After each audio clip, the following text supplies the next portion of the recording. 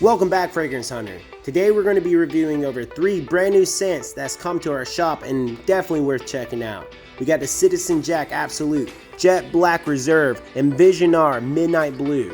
These are unique niche fragrances, and we're going to be reviewing over the time and notes and what price points to go for. Definitely a lot more of one of those like crisp, clean, kind of woody scents.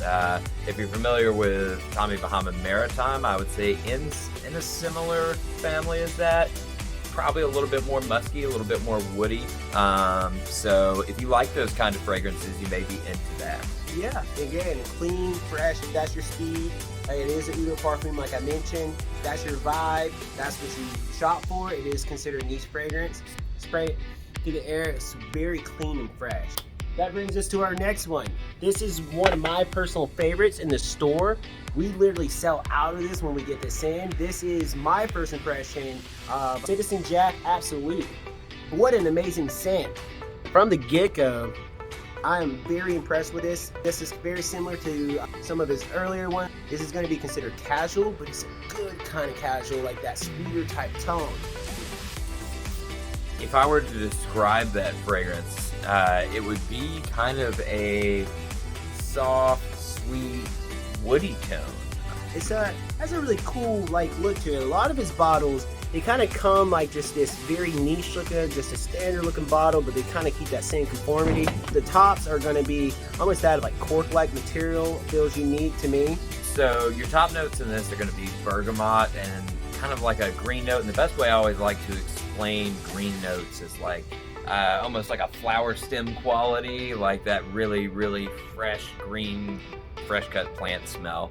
And also the middle notes are going to be pineapple, melon, amber. So those all kind of mix together to make it a very mild tone overall. I can say that as far as selling it, we've had a lot of success. We've sold out of this one quite a few times already.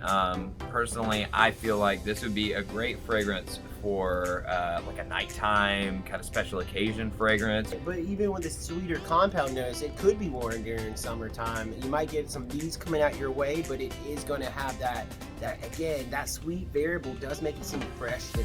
Mm-hmm. I would definitely encourage you to try it out if you've had stuff such as like Burberry London. Would you consider it like Burberry London? Very much. Personally, again, this is the unique thing with fragrances and why we're so uniquely different when picking up on trends. I get more of like that Invictus type fragrance family, different fragrance palette, but Nick's going to be picking up on some probably the darker aspects of the notes where I'm looking for that fruitier type tone. Definitely the melon pops out for me, being a sweeter type fragrance that pulls people in. Couldn't be worn multiple occasions, but isn't necessarily designated to where it's just like a standard clean scent or a standard wood smell. There's a lot going on in this scent.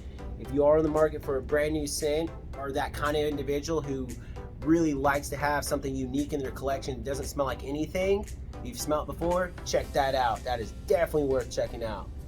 Citizen Jack Absolute goodness. These tones have come out pretty much 2019 and up, so this is a relatively brand new scent, and then it's also an Eau de Parfum. So if you are that client that only exclusively wears Eau de Parfum, there you go. You got a brand new one to try out, and it's worth checking out. This is brand new to me. This came in this week. I am just now getting some experience with it. It's phenomenal as far as the dry down smell. I'm really loving it, and the tone is called Jet Black Reserve.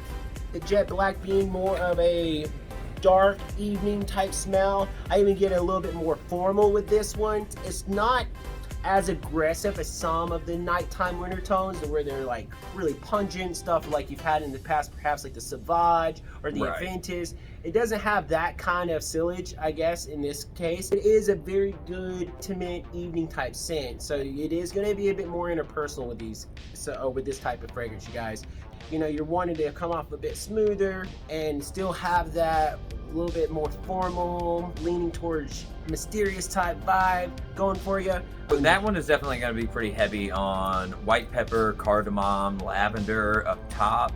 Your middle note is going to be orris, and then your base note is going to be cedarwood. This is definitely one of those fragrances that I want to have a side note with it.